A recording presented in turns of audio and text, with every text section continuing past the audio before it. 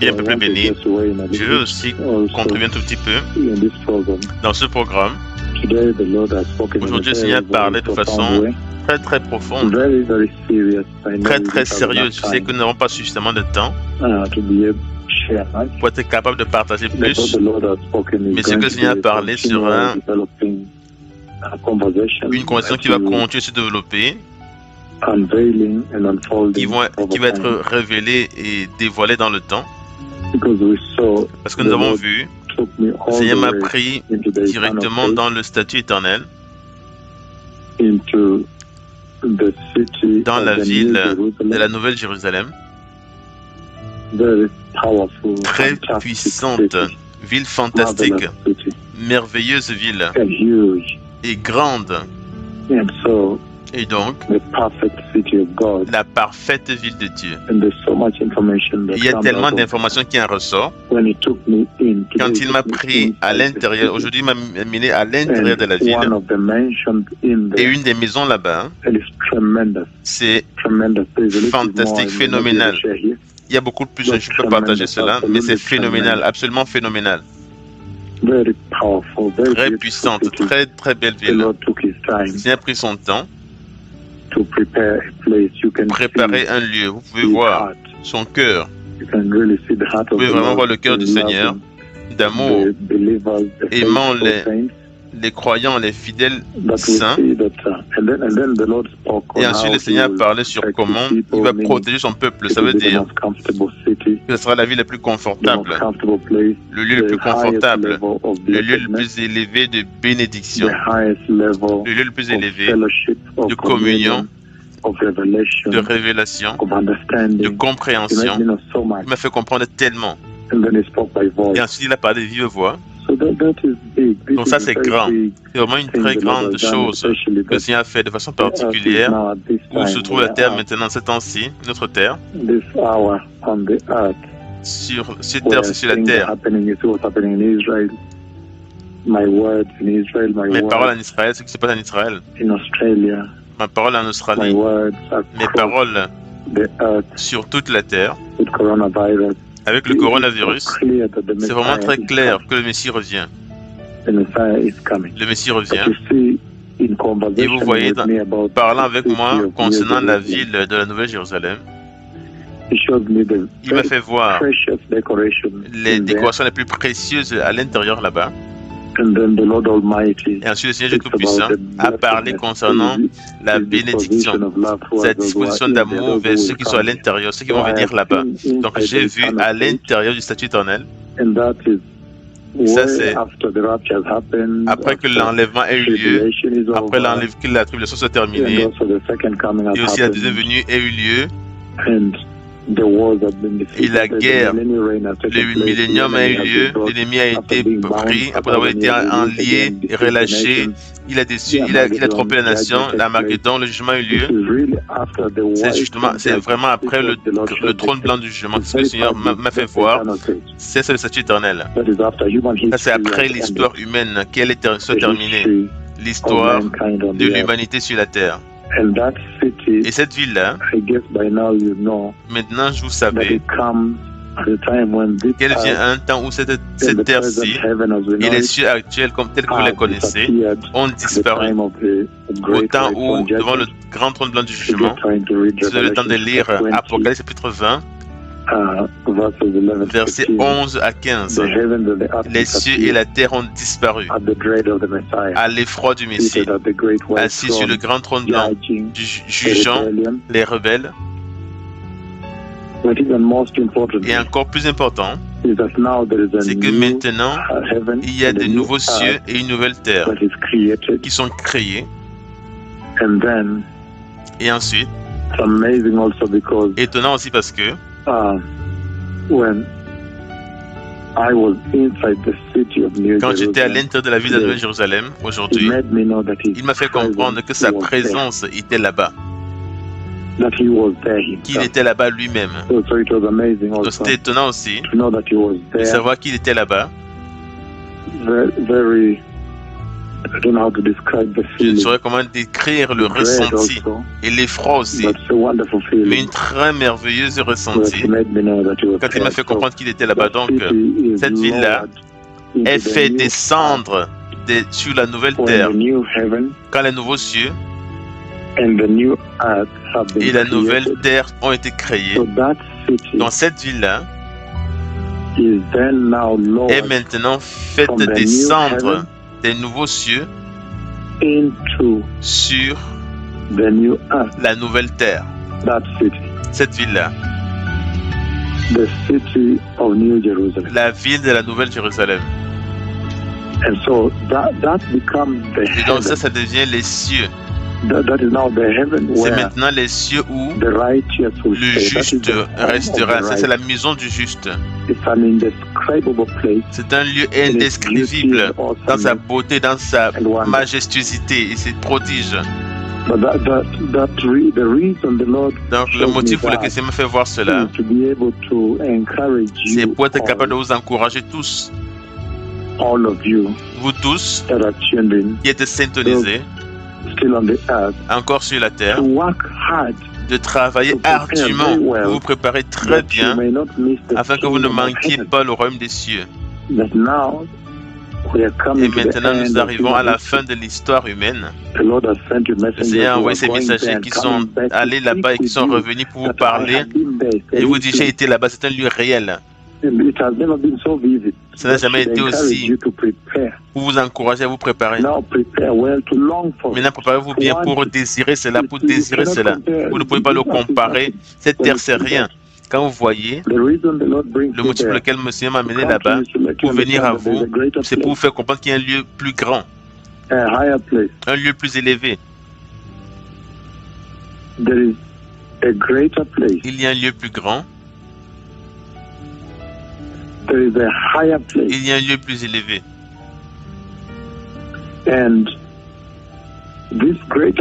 Et ce lieu plus grand est beaucoup de loin meilleur de la terre ici. Ça, c'est le motif pour lequel il m'a fait voir un aperçu de cela.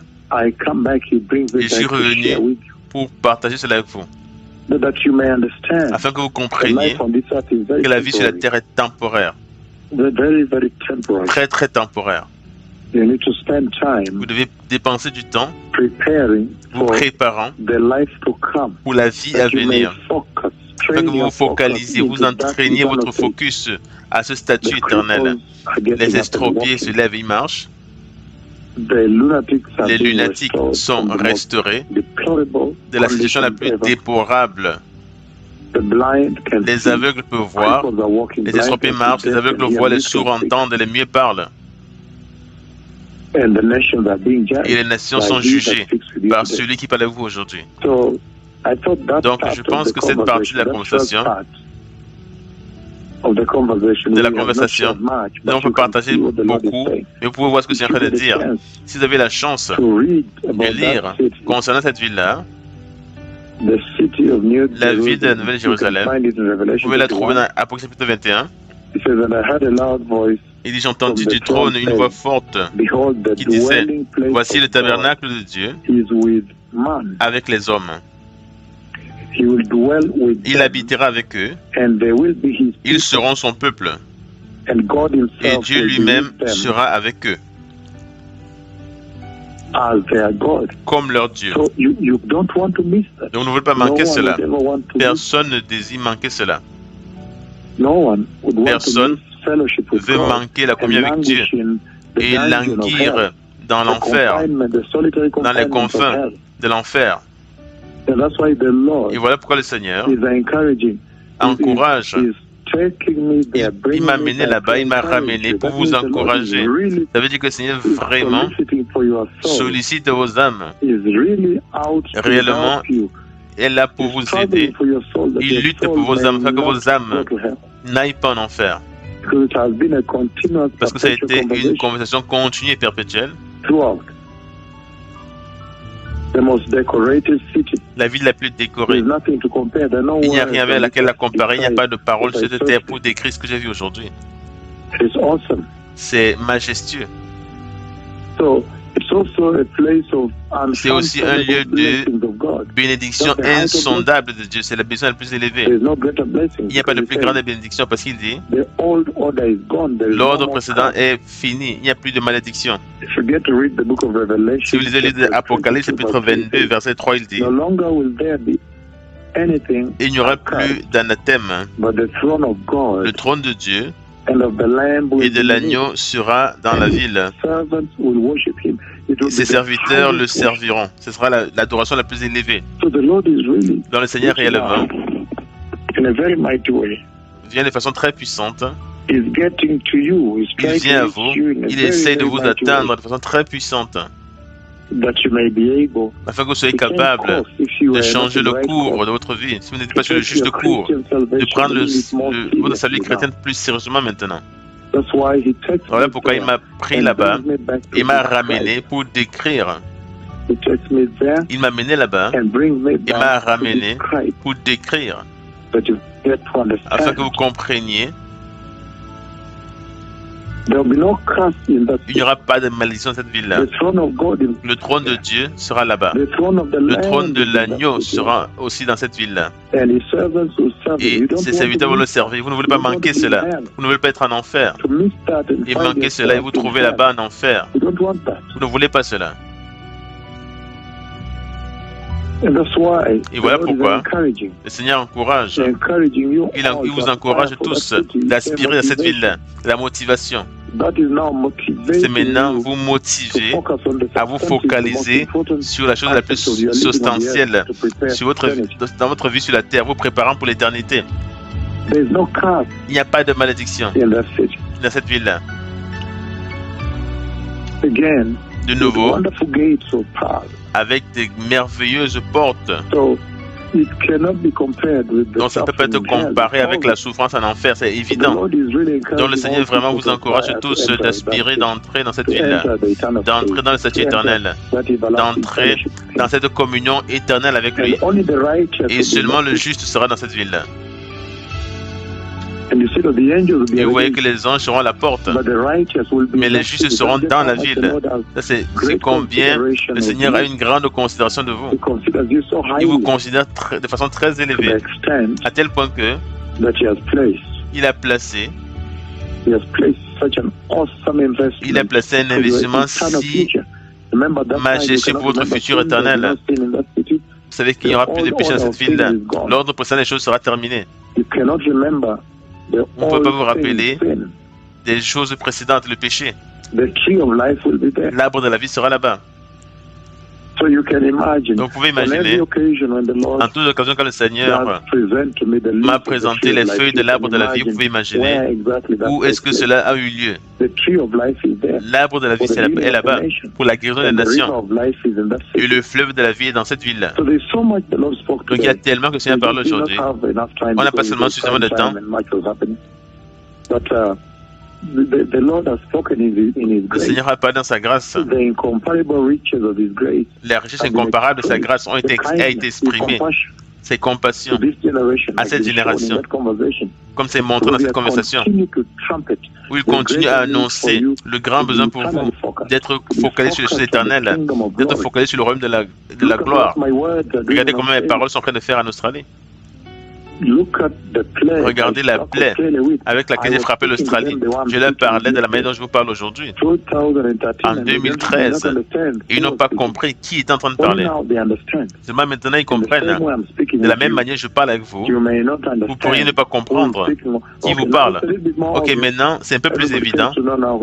Tout le monde comprend maintenant qui parle. Mais toutefois, la gravité doit être déposée. Nous devons vraiment attirer afin que ce soit transformé en préparation, se préparer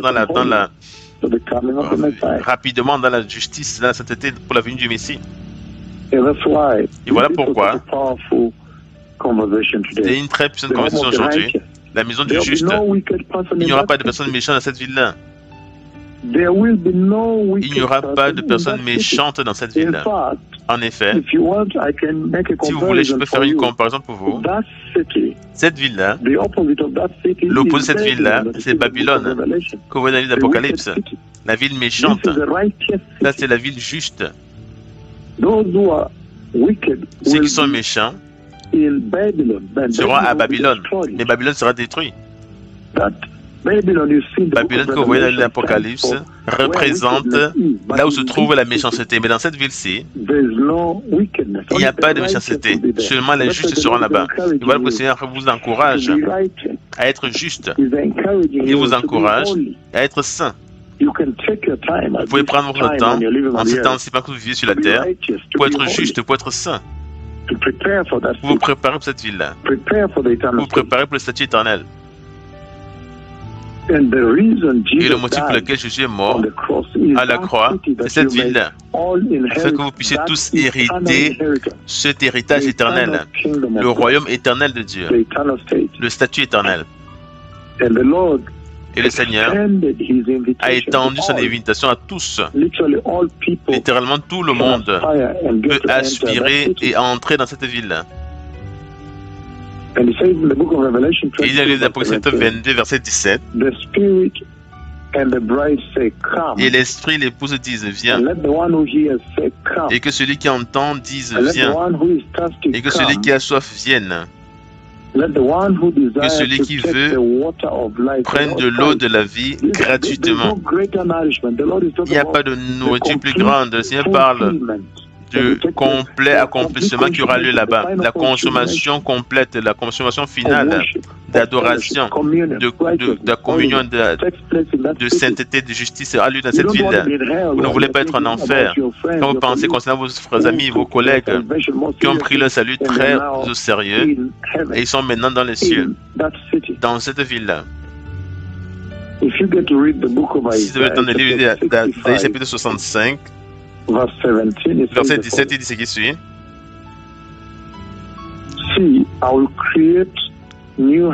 Car je vais créer de nouveaux cieux et une nouvelle terre.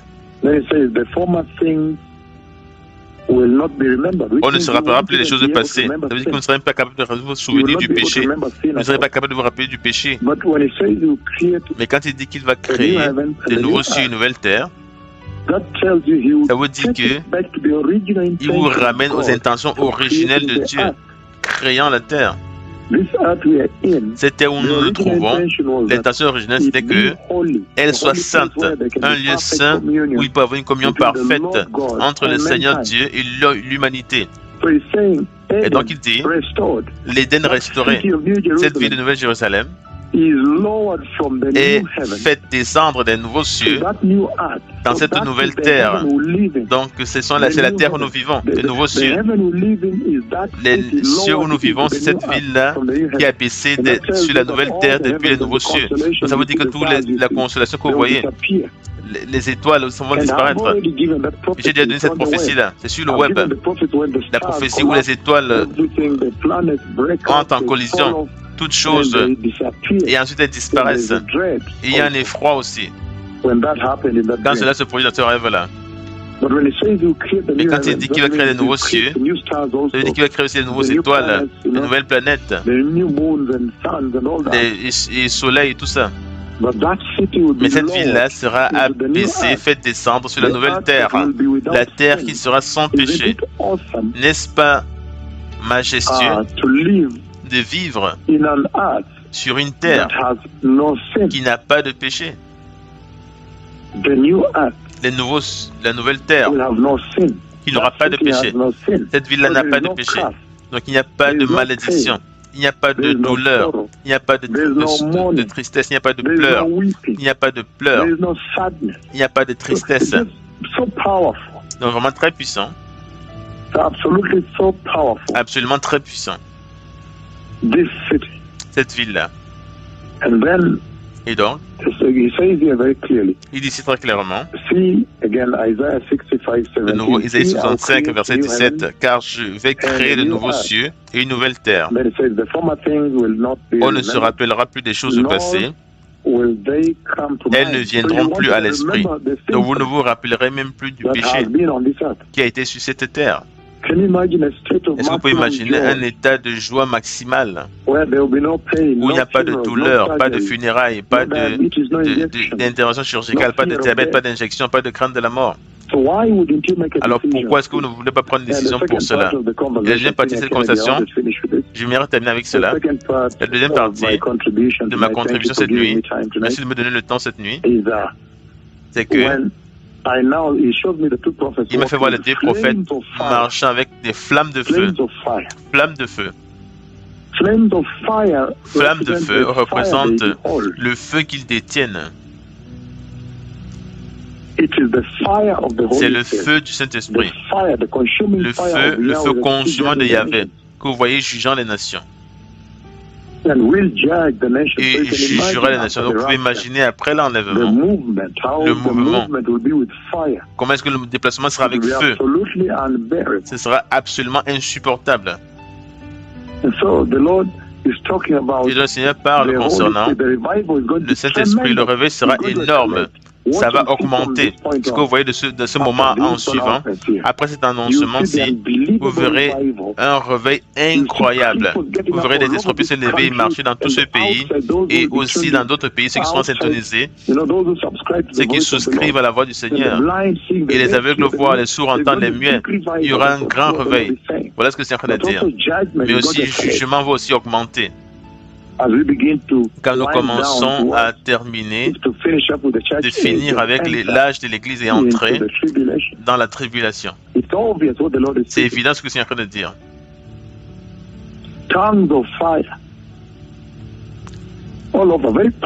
Partout, très puissant. Il aussi parlait concernant le fait qu'ils sont entourés de feu. Les deux prophètes du Seigneur. Il les a gardés avec le feu. Si vous venez, le feu vous consume. Et donc aujourd'hui, le Seigneur, c'est vraiment une très énorme conversation. Et je sais que nous allons continuer à partager sur cela. Vous savez, chaque fois que le Seigneur parle, il y a toujours tellement, c'est toujours un thème qui ne termine pas. Une conversation qui ne finit pas. Et donc, que Dieu vous bénisse. Merci de m'avoir donné le temps de contribuer dans votre programme. Merci. Le Messie revient, merci. Que tous se préparent. Merci. Que tous ceux qui sont sages se préparent. Merci. Soyez saints, soyez justes. Assurez-vous que vous soyez repentants dans votre cœur. Le roi revient, merci.